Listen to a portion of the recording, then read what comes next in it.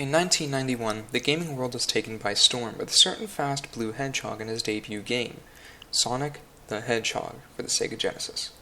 Most of you know the story of how Sonic himself came to be. Before 1991, Nintendo was the most dominant gaming company of all time, and in 1995 they released Super Mario Bros. For the Nintendo Entertainment System, and it took gaming to a whole new level. But Sega in 1991 came around and decided to create Sonic the Hedgehog to compete with the Italian Plumber. The game was a huge hit, selling 22 million copies, putting Sonic on the map and giving Nintendo actual competition. It was praised for its speedy gameplay, which is what made Sonic different from other competitors at the time, and it made his gameplay that much more satisfying. Although it was still a platformer at heart, and speed was usually a reward for replaying the game or for spectacle. Anyways, to this day it's the best-selling Sonic game of the franchise and one of the best-selling video games ever made. As for the consensus for this game, it is usually considered the worst classic Sonic game, but still a good experience for its time and even today. So in this video, we'll be seeing how well the game holds up today. Let's start with the story.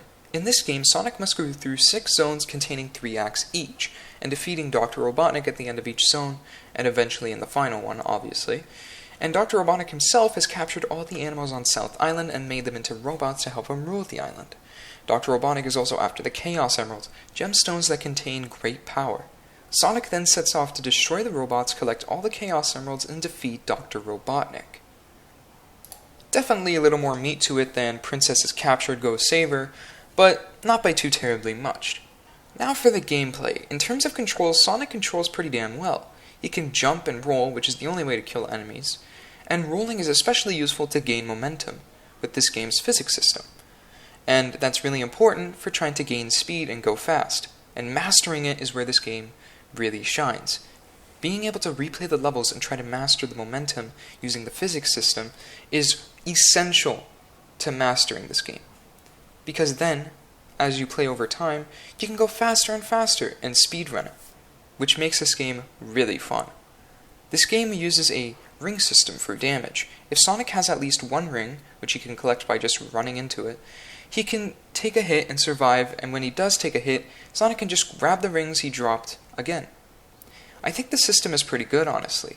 Sonic can also find ring boxes which contain 10 rings, a shield, which allows him to take a hit, speed shoes, which make him move super fast temporarily, and invincibility, making him immune to everything except getting crushed and falling down bottomless pits, or drowning, for a short period of time.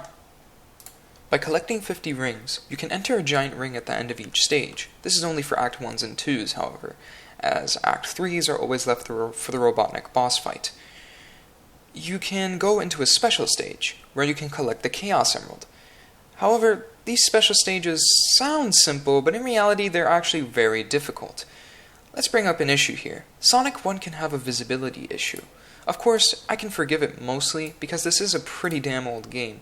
It's kind of hard to control speed and platforming, and it also doesn't happen that often for it to be a major issue.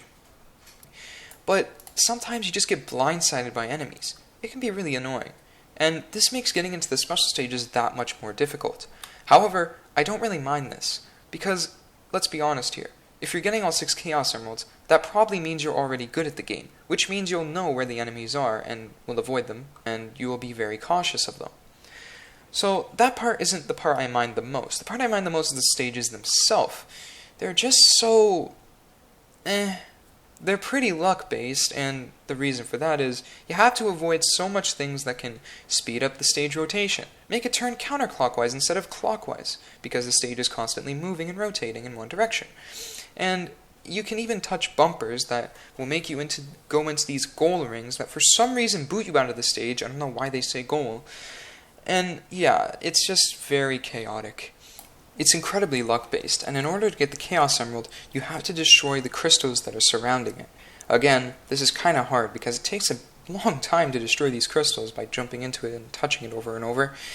And the stage is constantly moving, so you're not going to really have a chance to go for a few select crystals at one point for very long. And need I mention the fact that you can, again, only access the special stages in Act 1s and 2s, and because there are 6 zones, or levels, this means you only get 10 chances for the 6 Chaos Emeralds. If you're playing this game on the original Genesis where there's no save feature, then this is actually kind of impossible. Unless you've basically mastered the game, know where all the enemies are, and just get really lucky with the stages.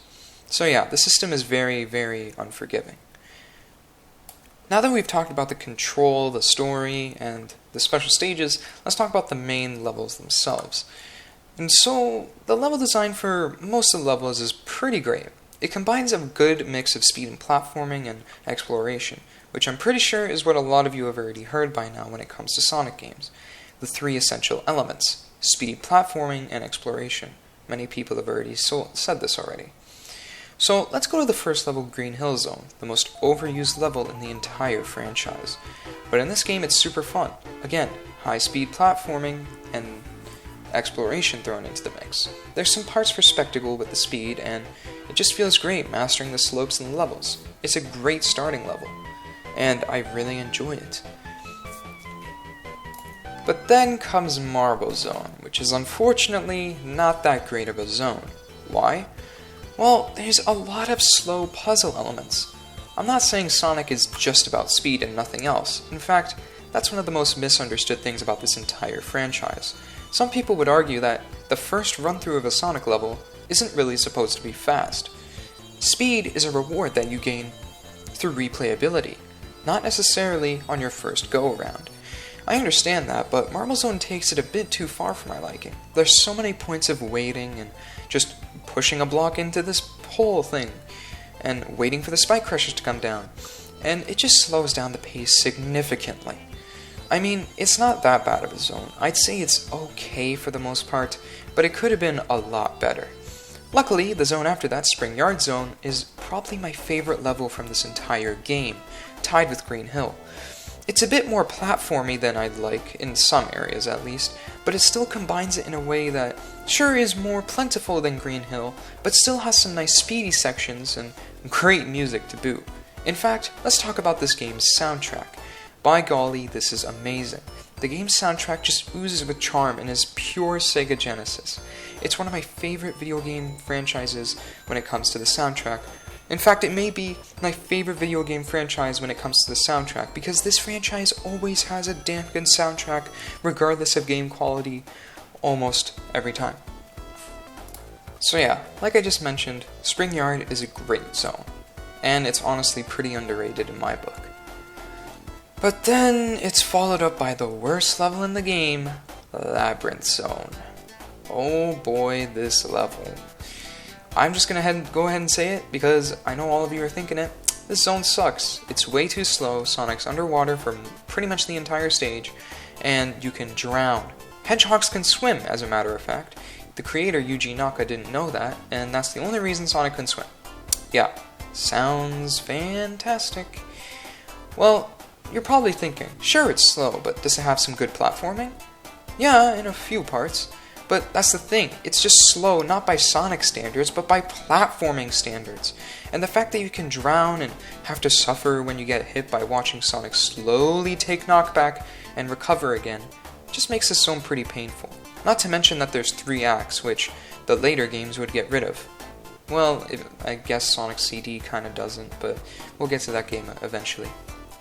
Luckily, the next level after that, Starlight Zone, is actually pretty good.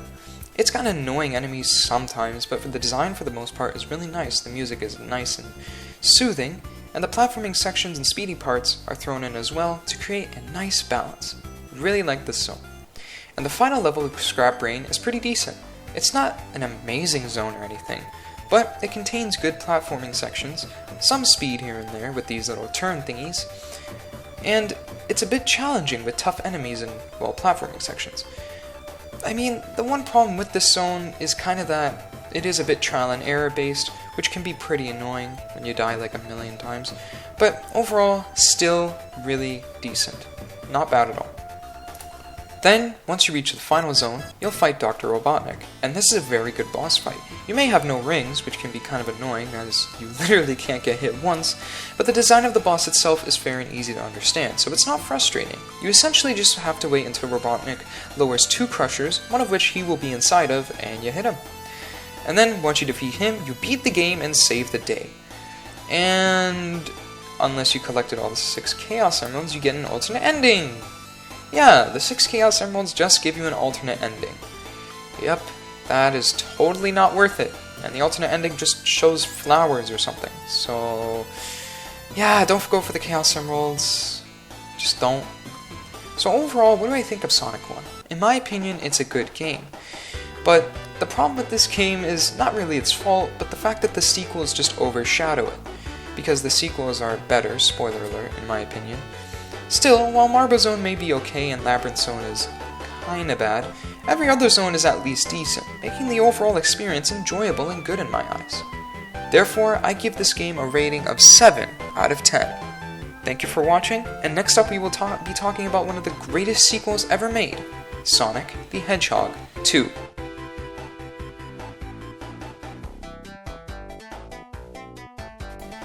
Hey guys, this was my first review, and I hope you enjoyed it. Please let me know in the comments what you thought of the review and how I could maybe improve my content in the future, and what other content you want to see in the future. And again, goodbye. I'll see you later.